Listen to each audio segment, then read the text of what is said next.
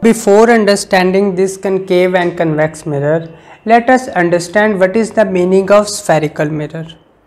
Here spherical mirror is nothing but a hollow sphere in which we are taking a small part of hollow sphere. Now we have two choices.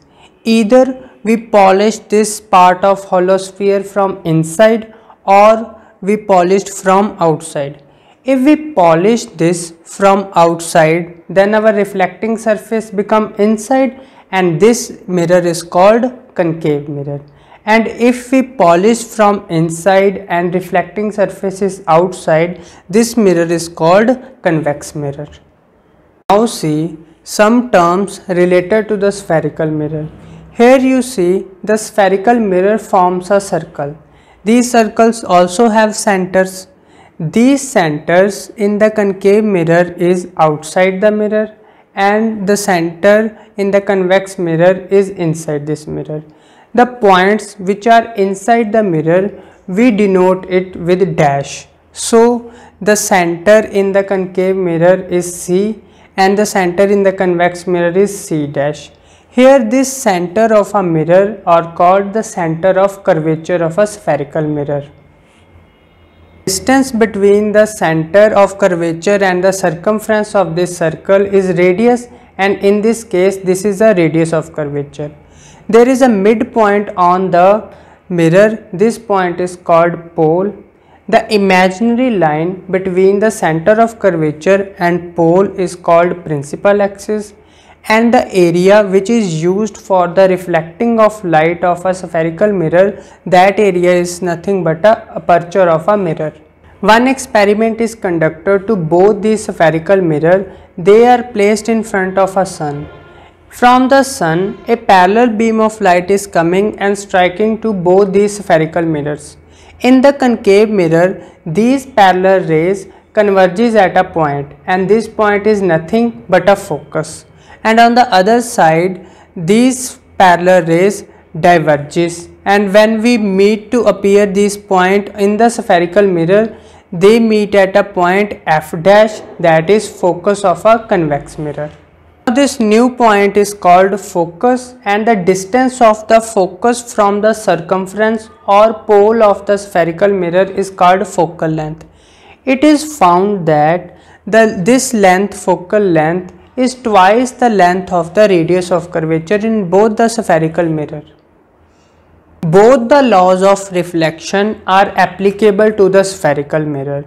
But understand one thing, that in the spherical mirror, the normal to the surface is different. It means there are infinite normals present on this curved surface.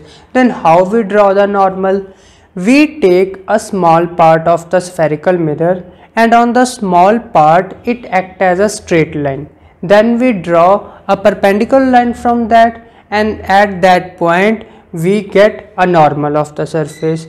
Now if we strike the incident ray on the surface, then the angle of incidence we measured from normal to incident ray, and after measuring the angle of incidence, we draw the same angle with the protector as reflected ray. Adopting this law, now we are drawing three diagrams. These diagrams are very important in the image formation.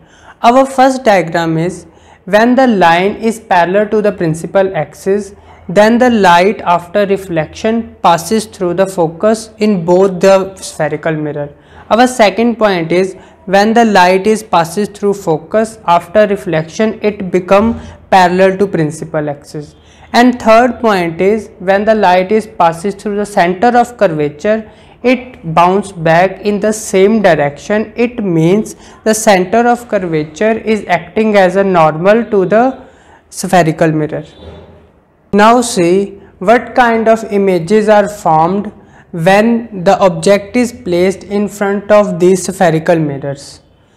In order to note all these things, we have to make a table in which there we write where the object is placed, means position of object, where the image is formed, means position of image, the size of the image, whether the size of image is larger or smaller than the object, and the nature of the image. Nature means real or virtual.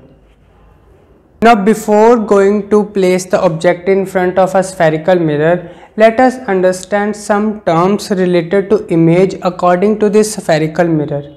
When the object is placed in front of a spherical mirror, the object should be placed erect, means above the principal axis.